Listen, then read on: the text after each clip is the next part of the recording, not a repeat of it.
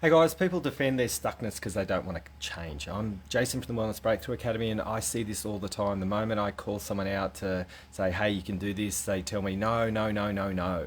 This is why. And they're basically defending why they're stuck. And it's such an oxymoron. People want to get help and they ask for help and they want to move into the direction they want to move into. But the moment you actually call them out to actually do something about what they can do, they get stuck. And I do the same thing. You know, I've got a certain area of my life that I'm really feeling stuck with, and I'm moving through it, right? And I'm getting the help, and I'm not doing the best for the the people who are, you know, helping me out. I'm struggling a little bit. I'm a little bit slower than they would probably like. And it's just part of the journey, because when we're in our stuckness, it's a lot harder to move than when we're in our magic. So it's really important to know that, you know, if you can get some advice from someone who's proving that they're amazing, then you will end up getting the life that you want. Don't try and disprove them. Look at their background and look and see, have they made an absolute amazing life for themselves, or are they talking a big talk with nothing behind them? So the thing that's really, really important is looking at what people can do and making sure that you listen to the person throwing the information out. Now, if you're a person who is giving information and you're not there yet, model the behavior.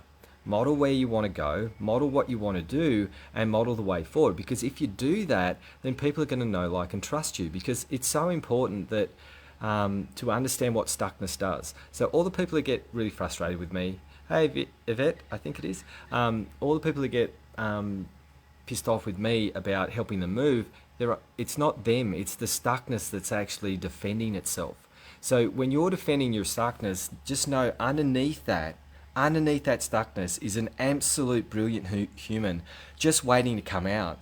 But what you've got to do is not listen to the advice of what the stuckness does, because what stuckness does, it has a certain emotion and it has a certain thought or a couple of thoughts to it, and then it has a limitation that it does as a response. So stuckness is the limitation, and then the emotion could be fear or or you could do avoidance, and the thought is, I'm not good enough, I'm never going to get there, no one likes me. All of those sorts of things come along based on that stuckness.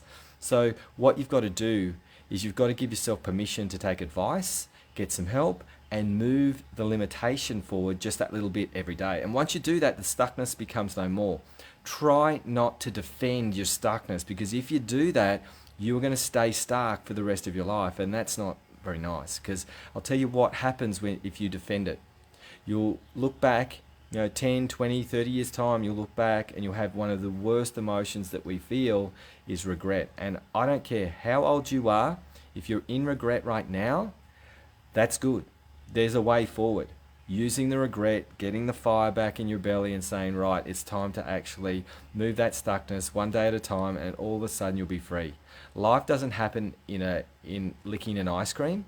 It happens by building a home, and then building a bridge, and driving a car, and getting to the journey of your destination. So be prepared to have one thing in your wheelbox: patience and a virtuous grind to get to where you want to go, and you'll make it. Have an awesome day.